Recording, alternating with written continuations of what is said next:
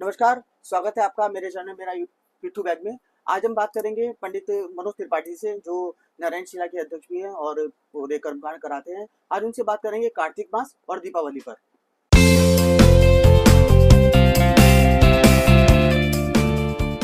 पंडित, बहुत बहुत स्वागत है आपका मेरे चैनल पर। धन्यवाद। पंडित जी, दीपावली आने वाली है, त्योहार शुरू हो चुके हैं, कार्तिक मास भी चल रहा है, पवित्र महीना चल रहा है।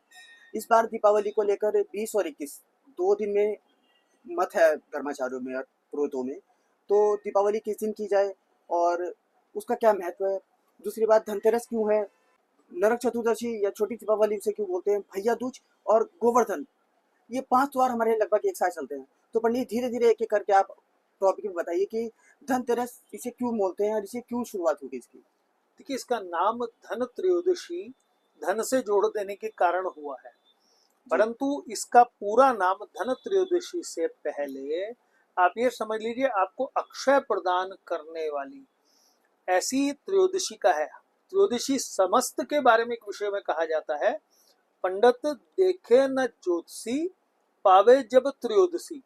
त्रयोदशी एक ऐसी इतनी पवित्रतम तिथि होती है कि जिस दिन यदि आप कोई भी कार्य करते हैं बिना मुहूर्त विचारे भी, तो भी आपके कार्य सिद्ध हो जाते हैं।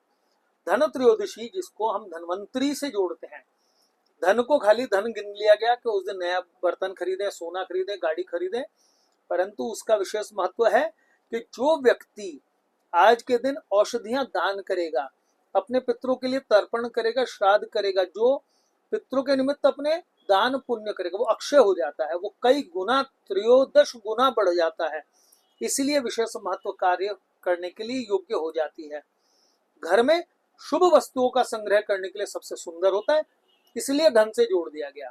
पर लोहे का बर्तन खरीदना अवॉइड किया करें उस दिन। उसके मुकाबले आप चांदी सोना खरीद सकते हैं, वो आपके घर में वृद्धि लाएगा। पंडित जी, इसके आगे एक नया त्योहार आता है, नरक चतुर्दशी, जिसे हम छोटी दिवाली बोलते हैं। तो उसे नरक चतुर्दशी क्यों कहा गया? क्यों उसका नाम नरक पे पड़ा उसका? नरक को रोकने वाली, नरक में जाने वाले पितरों को मोक्ष देने वाली नरक चतुर्दशी है।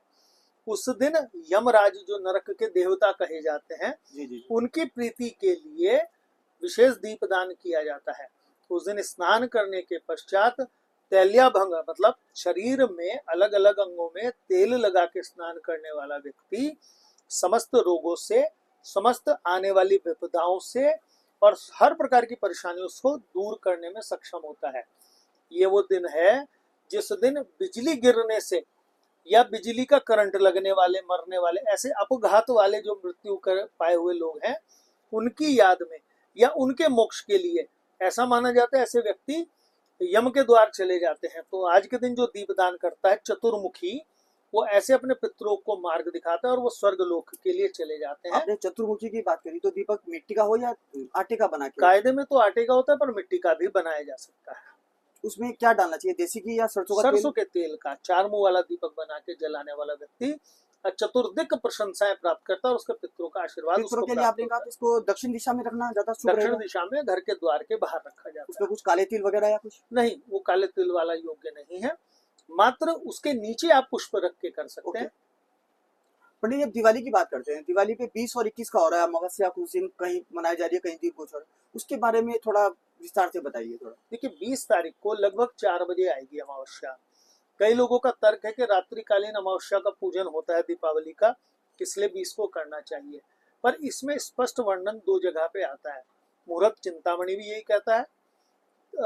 हमारा जहाँ पे भी हम कहीं है ना शंका में फंस जाते हैं, तो उस चीज को हम देखते हैं। हमारा धर्म सिंधु, निर्णय सिंधु, 2 पुस्तकें विशेष धर्म की इन्हीं शंकाओं को दूर करने के लिए बनी हुई है।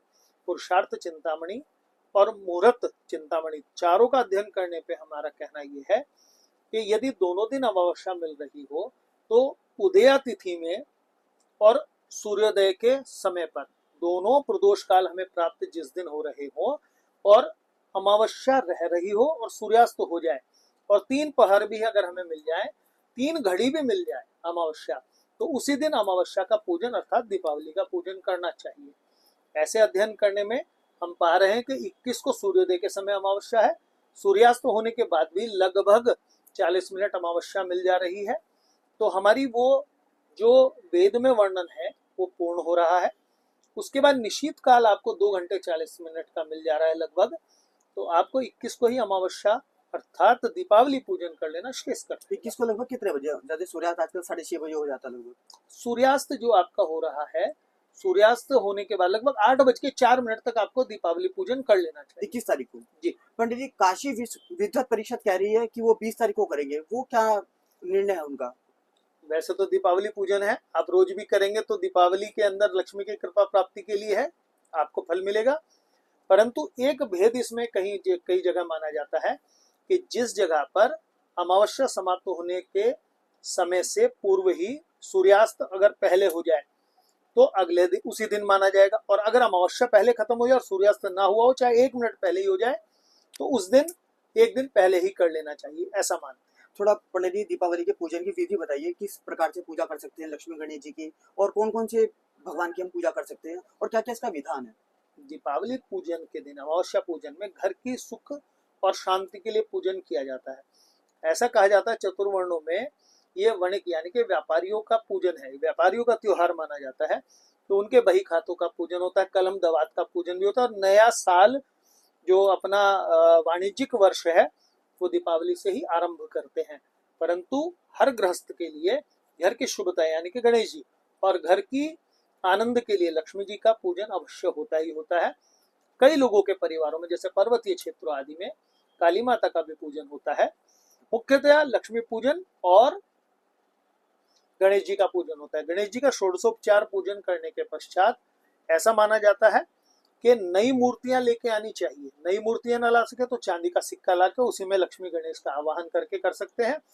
और एक हनुमान जी के नाम से भी कई लोगों के यहाँ मूर्ति रखी जाती है। अगर मूर्ति ना रखे तो हनुमान जी का ध्यान करके उनका भी पूजन करें। लक्ष्मी जी का पूजन विशेष अनुभव कराया जाता है।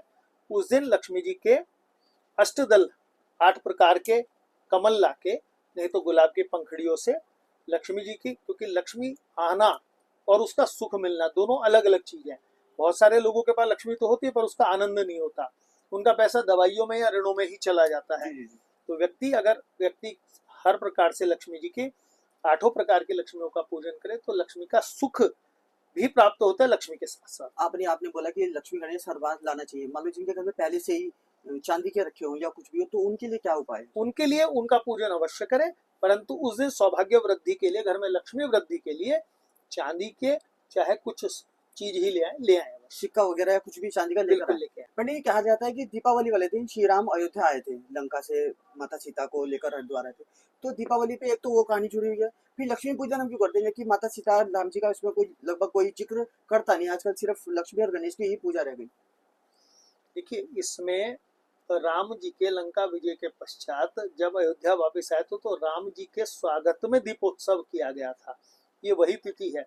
परंतु घर के शुभ और लक्ष्मी पूजन का विधान उससे पूर्व जुड़ा हुआ वेदोक्त है। ऐसा भी मैंने बताया चतुर्वर्णों में ये व्यापारी बंधुओं का कहलाया जाता है त्योहार ना, तो उनके यहाँ तो लक्ष्मी पूजन होता ही होता है, उनका वार्षिक आज से ही आरंभ होता है। विशेष बात एक और भी है कि जिस समय लक्ष्मी जी नाराज होकर नारायण जी से चली गई थी, उनकी भी वापसी आज ही के दिन वैकुंठ में हुई थी, एक वो भी पर्व है। और साथ में एक और बात भी है, आज ही के दिन जब हमारा कार्तिक मास का मध्य आता है तो जो हमारे पितृपक्ष के देवता भटके हुए हैं, जो पितृलोक नहीं जा पाए हैं, जिन लोगों के मार्ग अभी अंधेरे में ही रह गए हैं, उन लोगों के लिए भी आज का दीपोत्सव करना, और विशेष तौर पे जो लोग पटाखे छुड़ाते हैं वो भी अपने उन भटके हुए पितरों को भी मार्ग दिखाते हैं, वो अपने पितृलोक चले जाते हैं। ऐसे भूले चुके पितर जो पितृ विसर्जनीय अमावस्या में नहीं जा पाए, वो दीपोत्सव होने के कारण से अपने मार्ग को जा पाते हैं। एक ये भी इसका महत्व है। पंडित जी, इसके अगले दिन एक त्योहार आता है गोवर्धन पर्वत का, हम गोवर्धन की पूजा करते हैं, यानी खाने सब जानते हैं, थोड़ा उसके बारे में बताइए, उसकी पूजी विधान क्या है, उसकी पूजा कैसे कर सकते हैं? देखिए, गौ पूजन है गोवर्धन के साथ साथ में ना, भगवान श्री कृष्ण ने इंद्र का जब गर्व का हरण किया था तो उन्होंने अपनी पराक्रम तो दिखाया ही दिखाया था, साथ में प्रकृति से प्रेम का भी संदेश दिया था।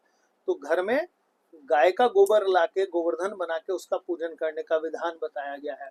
अब तो गाय घर में नहीं होती, लेकिन विधान ये था कि घर में गाय रखें और उसके गोबर से गोवर्धन पूजन करें। तो घर के अंदर जिस घर में व्यक्ति के गाय रहती है, जिस गृहस्थ के घर गाय रहेगी, जिसके द्वार पे गाय बैठेगी, उसके घर में कोई रोग, कोई शोक और कोई किसी प्रकार की परेशानियां नहीं आती, वो सब का हरण कर लेने वाली है। तो गोवर्धन पूजन का विशेष महत्व इस बात से है कि प्रकृति से प्रेम करें और भगवान श्री कृष्ण की प्रीति प्राप्त करने के लिए गोवर्धन पूजन करें।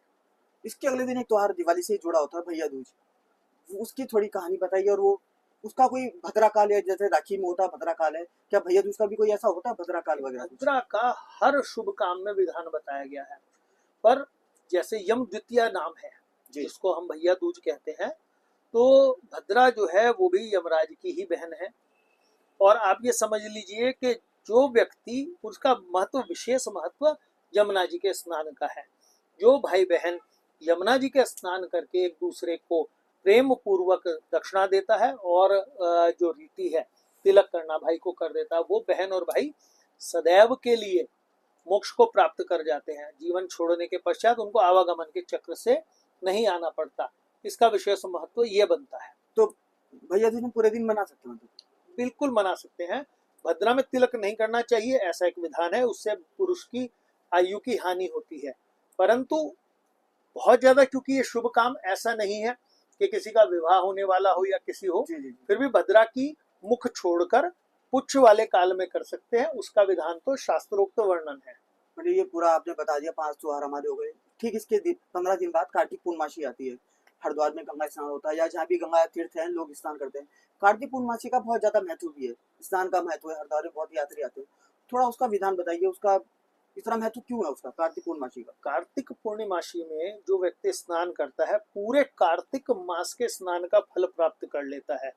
ऐसा माना जाता है कि जैसे दिवाली हम अपने धरती पे दीपोत्सव मनाते हैं, उसी प्रकार से देव दानव युद्ध में विजय श्री प्राप्त करने के बाद देवताओं ने भी दिवाली मनाई थी, और भगवान नारायण की प्रीति प्राप्त करने के लिए। तो जो 4 कुंभ स्थान है, जहाँ पे हम कुंभ का वर्णन देखते हैं, वहां पर देवता भी सशरीर और अशरीर वायु रूप में भी आकर स्नान करते हैं। तो जब ऐसा माना जाता है कि हर की पड़ी ब्रह्मकुंड जैसा जो क्षेत्र है, वहां पर देवता स्वयं आते। जो लोग 3 बजे से 5 बजे के बीच में स्नान करते हैं, उन लोगों को तो कई बार प्रत्यक्ष अनुभव होता है कि आकाश मार्ग से जैसे तारे टिमटिमाते हुए उतरते हैं धरती के ऊपर। तो वहां पर स्नान करने के पश्चात जो व्यक्ति दीपक जला देता है, वो मोक्ष को प्राप्त कर लेता है और मन कामना इच्छा पूर्ण प्राप्त कर लेता है। तो आपने जाना पंडित मनोज त्रिपाठी से, इन्होंने हमें दिवाली के बारे में बताया और कार्तिक पूर्णमासी के महत्व के बारे में बताया। बाकी आगे हरिद्वार में बहुत त्योहार होते रहते हैं, आगे भी इनसे जानकारी लेते रहेंगे, तो बने रहिए हमारे साथ। सबको दीपावली की हार्दिक शुभकामनाएं। सभी गृहस्थ जनों को, सद जनों को दीपोत्सव की शुभकामनाएं। नमस्कार।